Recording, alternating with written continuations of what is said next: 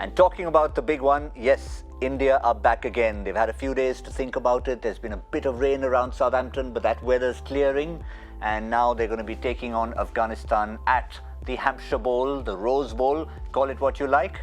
And suddenly, India will be thinking that you can't take anyone, not that they didn't think that always, but don't take anyone for granted. No, I think under the current Virat Kohli's leadership, I don't think anyone's taking anything lightly. I think they're taking everything extremely professionally. I think they will go in there as favourites, obviously, but they will go out there and play to their potential. One can be sure of that. They will go out there and definitely play to their potential, because there are boxes that they want to tick. Now, Shami will probably be playing his first game tomorrow, so they he'd want to go out there and have a good outing, make sure he bowls his quota of 10 overs, has a good day out on the field. So that will be there.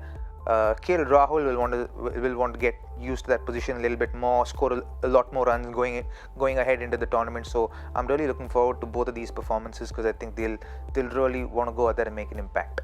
One question was possibly going to be Vijay Shankar because of a slight injury scare, but he came and he said that things are all fine with him. So do we consider any possible team changes, assuming that Vijay Shankar is not going to be replaced? I think it's only if Bhuvi is not fit.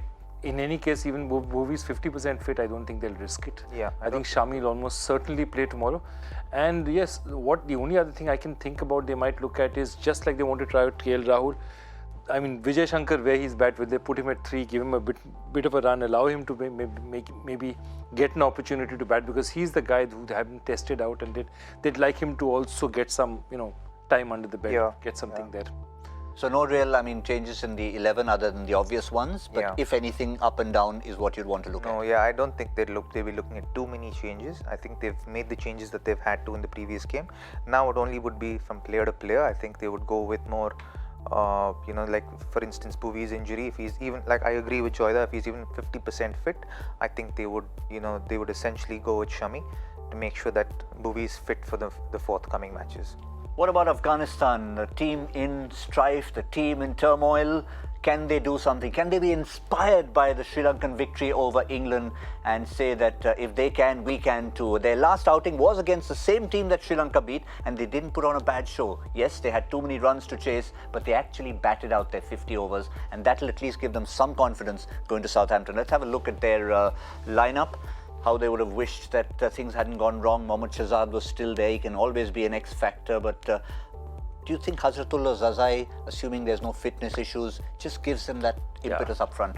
Yeah, I think they need another batsman in there. And though they played out their 50 overs last time, which is able to them, so they're the kind of bowling India has.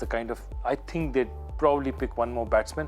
I think they're really struggling because Ikram coming in instead of Mohammad Shahzad means that you have a keeper who doesn't bat.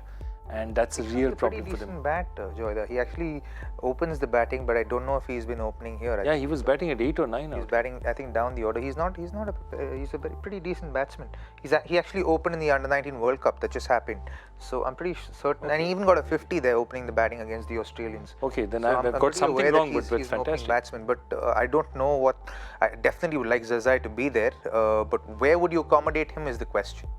Right, you'll have to sacrifice an all-rounder or a bowler. I'm very happy that Askaraf Khan's back in the squad, and he's doing well. He got I think a 50 in the last game, if I'm not wrong.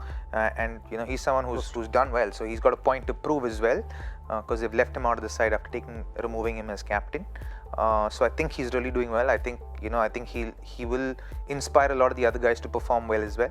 So I think it'll be interesting to see tomorrow's lineup. I'm not quite sure what they'll go with, but it will be interesting to see who they turn up with on the field.